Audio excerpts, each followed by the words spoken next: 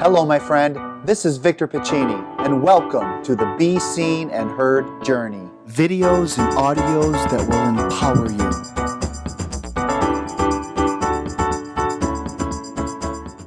Hey, it's Victor. Welcome to another Be Seen and Heard journey. Thank you so much for being with me today. Thanks for watching the video and listening to the podcast. And I know today is an interesting day. It's an interesting time, and I know it's very uncertain right now. So I just want to say thank you. We're all in this together, and we will get through this. And today's video is really about two steps or two things that I want to share today. I titled the video, Never Do This, But Do This. And I want to start out by saying this. So when I present at schools and when I share important topics like sexual abuse awareness and prevention, specifically with my program, Be Seen and Heard, over the years, I've had a lot of interesting comments from students, specifically in the older grades. And I always ask, starting in 5th grade or so, I always say, what's the lesson that you learned here today? I've learned what an unsafe touch is. I've learned what an unsafe secret is, what a safe secret is. I learned what abuse is all about.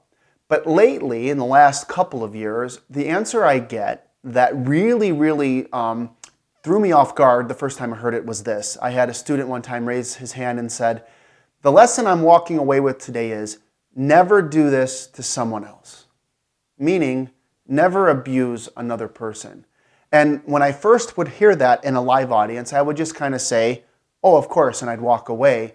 And I was kind of nervous about that because I think it brings up a whole nother topic. But the more I hear it and the more courage I get when I'm speaking at schools on this topic, the more confidence I get to talk about it. I say, of course, you don't want to do this to someone else. You want to respect other people's bodies and their boundaries. And that's kind of the wording I use, boundaries, bodies. I think that's a huge lesson in the Be Seen and Heard program. Not only my goal is to prevent sexual abuse, it's to help a child who is connecting with the concepts and the ideas in the programs to come forward and to share if someone has been abusing him or her, but also to teach children to grow up to not do this to anyone else. The first part of the title is Never Do This, and the second part that I want to talk about now is But Do This. And so what is that? And that is really focusing on this week's post, which is on the Duluth model called the equality wheel. And I love this because this wheel was created for abusers to look and see what a relationship that's healthy looks like. And I also believe and know that anyone could look at this wheel and adopt some of the principles in their lives. And so now I get to raise my hand and I get to look at this week is for me. I am looking at this wheel, and one of the spokes on the wheel is parental responsibility. Now, I don't really talk about this very much, but I've been divorced now for a few years, and when I have my children here, it's an amazing gift, and I love to spend time with them, and I love to be with them. But the one spoke on this wheel is very interesting, and it's really talking to me today, and it says parental responsibility, or responsible parenting is what it says. And to me, that is treating my children with respect. To me, that is listening to my children. And I have to be completely honest. I think about some of the way I react to situations with my kids, and I'm learning, I'm trying to learn to respond and not react. But I recall as a child being yelled at a lot by my father.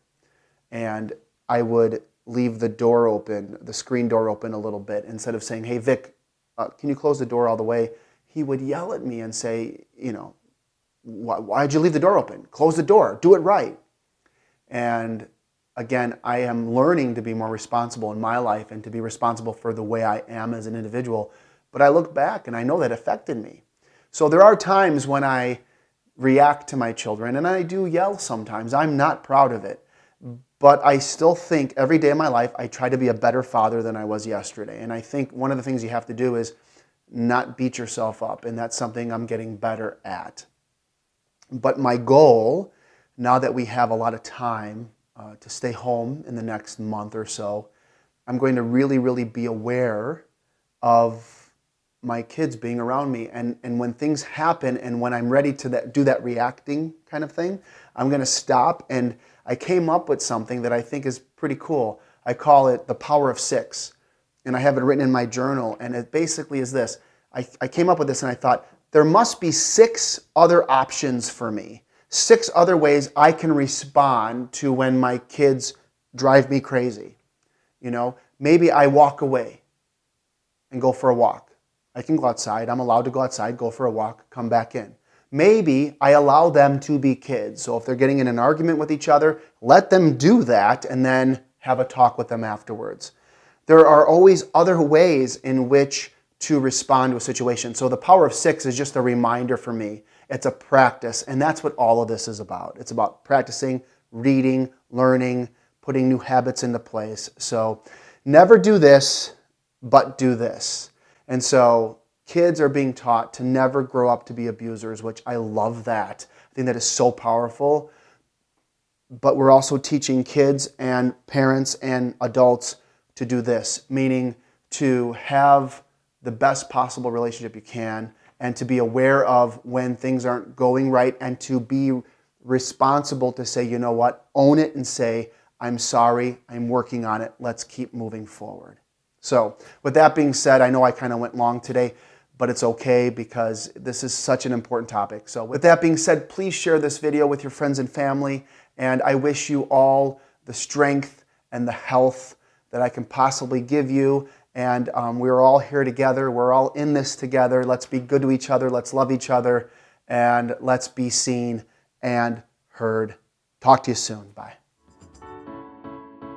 Hey, my friend, I hope you enjoyed this episode of the Be Seen and Heard journey.